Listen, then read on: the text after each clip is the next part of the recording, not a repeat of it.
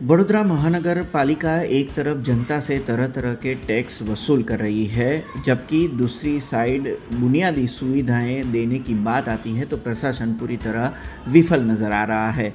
आज शहर के वार्ड नंबर 7 से ऐसी आक्रोशित तस्वीर सामने आई, जहां पीने की एक बूंद पानी के लिए तरस रहे लोगों का सब्र जवाब दे गया। वडोदरा के कारेलीबाग इलाके की आम्रपाली और दीपावली सोसाइटी के निवासी आज सड़कों पर उतर आए। पिछले 6 महीने से ये लोग पीने के पानी की गंभीर समस्या से जूझ रहे हैं। स्थानीय लोगों का आरोप है कि उन्होंने कॉरपोरेटर और कॉरपोरेशन के अधिकारियों को कई बार लिखित और मौखिक शिकायतें दी, लेकिन प्रशासन के कानों पर जूं तक नहीं रेंग रही।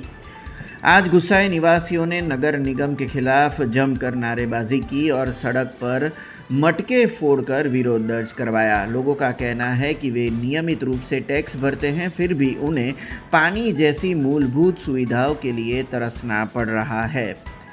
प्रदर्शनकारियों ने प्रशासन को 2 टूक चेतावनी देकर ये भी कहा कि अगर पानी की समस्या का समाधान नहीं हुआ तो अगले आने वाले चुनाव में पूरी सोसाइटी मतदान का बहिष्कार करेगी।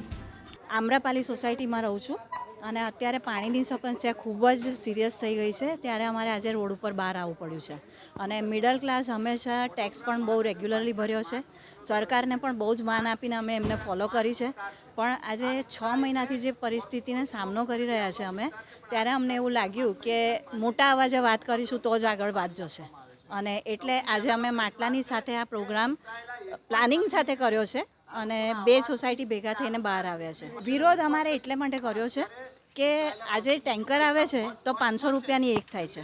અમારા 2 સોસાયટીના ઘર ભેગા થઈને 100 ઘરો છે, તો તમે કેલ્ક્યુલેશન કરશો તો પણ 50,000 તો આમ જ થઈ જાય છે।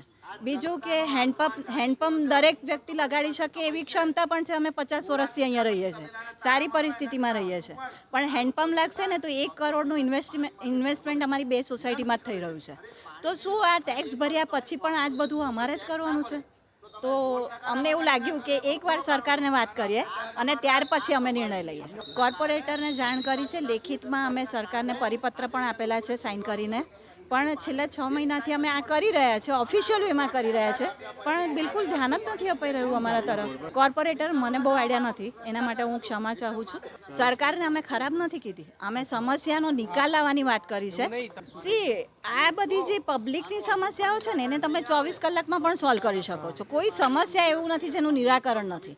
હા, તો એમને વોટ જોઈશે તો 2 મહિના તો બહુ બધી વાત છે અને અમે અમારી 2 સોસાયટીવાળા તો બહાર નીકળીને વિરોધ કરી રહ્યા છે, પણ સમસ્યા તો કારેલીબાગની આખી છે। વડોદરા મહાનગરપાલિકામાં કારેલીબાગ ખાતે આવેલી આમ્રપાલી સોસાયટી, દીપાલી સોસાયટીના રહીશો છેલ્લા 6 મહિનાથી પીવાના પાણી માટે ટળવડે છે। અહીંના સ્થાનિક લોકોએ ચૂંટાયેલા પ્રતિનિધિઓ અને વહીવટી પાંખને વારંવાર રજૂઆત કરી છે, પણ ના તો કોઈ કોર્પોરેટર આવે છે, ના કોઈ ધારાસભ્ય જોવા આવે છે।